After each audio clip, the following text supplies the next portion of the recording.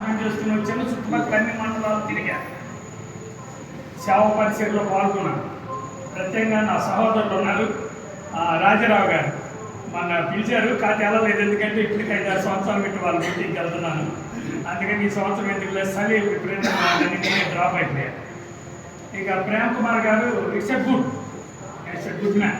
ఎందుకంటే నన్ను ఎంకరేజ్ చేస్తూ ప్రతి మీటింగ్ పిలుస్తాను. నేను రాను, అసలు వాస్తవం అయితే నాకు ఇష్టం. వేరే మీటింగ్కి వెళ్తామని, భోజనాలకు వెళ్తాం. నాకు బాల్యం నుంచి లేదు, వాస్తవం చెబుతున్నాను. నాకు బాల్యం నుంచి దేవుళ్ళకి రాకముందు కూడా నేను ఎవరి దగ్గరికి కూడా మా వంశం అంటే నాకు సపరేట్గా ఉంటుంది. మేము మా ఇంట్లోనే ఉంటాం. మేము రోమన్ క్యాథలిక్ బ్యాక్గ్రౌండ్ నుంచి మేము ప్రార్థనా జీవితం కలిగి, మా కుటుంబం మాత్రమే, మా ఊరు మొత్తం మీద ఒకే ఒక కుటుంబం క్రిస్టియన్ ఫ్యామిలీ. ఊరు మొత్తం మీద ఇప్పటికీ కూడా బీసీ అనే సర్టిఫికేట్, బీసీసీ అనే సర్టిఫికేట్ కలిగింది మా కుటుంబంలో వాళ్ళకి మాత్రం ఉన్నాయి, ఇంకెవరికి లేవు. అందరూ ఎస్సీ. ఇప్పటికీ కూడా అలాగే నడుస్తుంది. అయితే మా తాతల దగ్గర నుంచి మేము కన్వర్టెడ్ క్రిస్టియన్స్. మేము ఇప్పుడు కొత్తగా వచ్చిన వాళ్ళం కాదు. మా తాతలు అంటే 150 సంవత్సరాల నుంచి కూడా మేము క్రైస్తవులు. ఇక్కడ ఏలూరు వచ్చినా కూడా నేను అన్ని పనులు చేసుకుంటూనే తిరుగుతున్నాను. అర్థమైందా? నేను అది గుర్తుపెట్టుకుని సేవకాలం కానీ ఏమీ చేయలేనుకోకండి. ర్యాపిడ్ కూడా వేస్తాను. 12 గంటల దాకా పని చేయకుండా కష్టపడకుండా ఎవరు గొప్పవాళ్ళు కాలేరు. అదే సేమ్ టైం ఇండియాలో ప్రతి స్టేట్లోనూ స్వార్థ సేవ పరిస్థితుల్లో చేరుకోవాలి. ఢిల్లీలో 15 సంవత్సరాలు జాబ్ చేశాను. ఏపీ భవన్లో కమిషన్ పిఏగా చేస్తూ నార్త్ ఇండియాలో జమ్మూ కాశ్మీర్ నుంచి కలకత్తా వరకు మీటింగ్లు పెట్టాము. సెంటర్కి వచ్చి 3 రోజులు స్వార్థ సాధనలో సిద్ధాస్తున్నాయి, క్రీస్తును ప్రకటించుకున్నాను. కనుక అంతకంటే సాక్ష్యం లేదండి, మీరు ఏమనుకోకండి. నేను నిజంగా చెబుతున్నాను. రాజారావు గారికి తెలుసు, ప్రేమ్ కుమార్ గారికి తెలుసు నా గురించి. కరోనా నుంచి మేమంతా స్నేహపూర్వకంగానే ఉంటాం ప్రతి ఒక్క విషయంలో కూడా.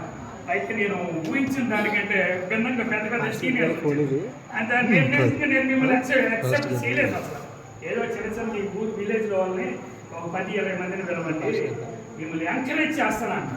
ఏమన్నాను బ్రదర్ ఏమన్నాను, ఏది బ్రదర్ గారు మిమ్మల్ని ఈ సేవని పరిచయని ఎంకరేజ్ చేస్తాను. చుట్టుపక్కల ఒక 10-20 మందిని పిలవండి, ఒక 10 మంది స్త్రీలను పిలవండి. Will give the gift. నాకున్న స్తోమతను బట్టి, నాకున్న ఆర్థిక స్థితిని బట్టి, నేను బాల్యం నుంచి కూడా మేము రిచ్ పీపుల్స్, వేదవాదం కాదు.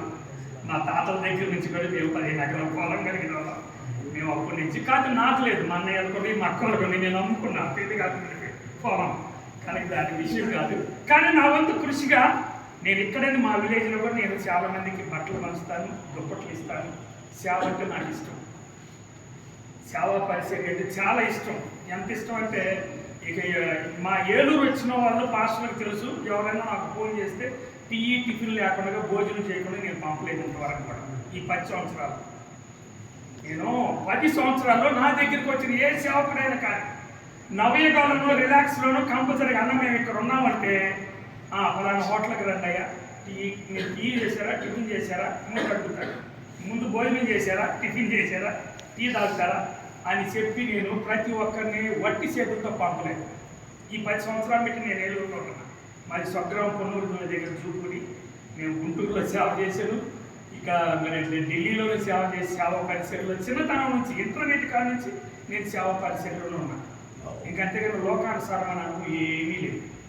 నేనేమనుకోకండి, మేము ఏమీ లేదు. దేవుళ్ళని నడిచిపోతాం, కళ్ళు ప్రార్థన చేసుకున్నాం.